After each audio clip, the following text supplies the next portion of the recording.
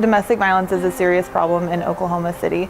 I work at the police department and I've seen how it overlaps into many crime categories, such as arson, destruction of property, homicides, child abuse, things like that. And oftentimes people don't understand or see the correlation. We also have a very high rate of women being murdered by men in our community and a high rate of calls for service to 911 from survivors of domestic violence. We need to change those numbers. We need to look at it and say, we're doing the same things for the last 10 years.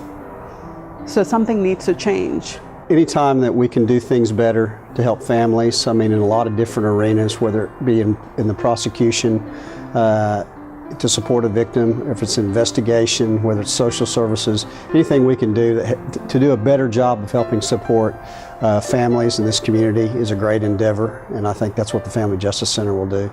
The Family Justice Center is a co-location of agencies that are working in family violence.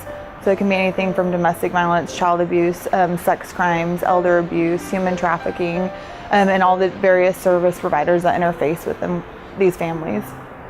I realize that a lot of the family violence issues that we experience in our community is all generational, and that it affects public safety, it affects our criminal justice system. I'm very excited about the idea of a Family Justice Center. It's kind of been a dream. This center for victims provides easy access. That's probably one of the most critical things. How can we do it better? How can we work together better to make the journey to healing and safety much easier for victims? And I think, to me, that's what the Family Justice Center can do. I'm a survivor. I was taken captive in September 2014. I was kidnapped for 2.5 months, severely beaten.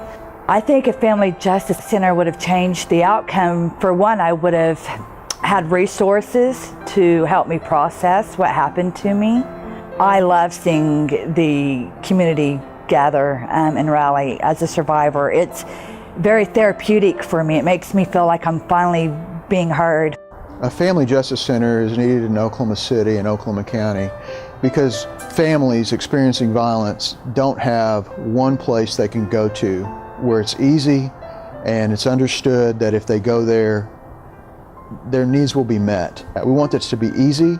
We want it to be a place where they can go, where they know that they're not going to have to be traveling around. They're not going to have to get on a bus, take their children here, there, and everywhere.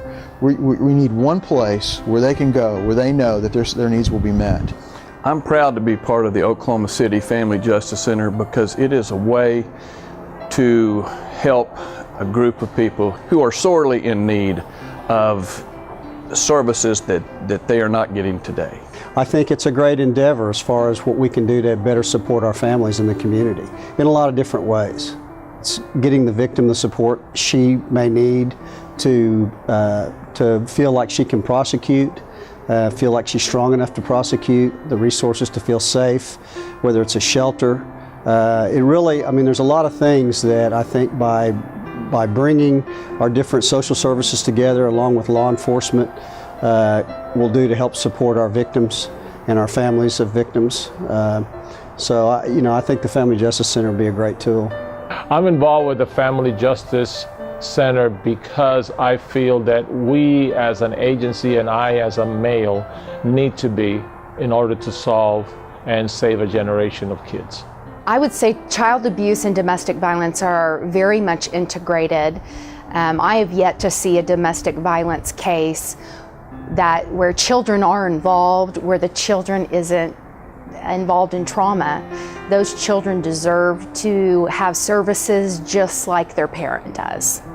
And I know that the victims and survivors and the offenders that we're dealing with now were once children who dealt with the same issues. And if we don't step in now, I'm going to be wondering why I didn't take care of those babies when they were young and why I'm having to incarcerate them now or bury them as victims.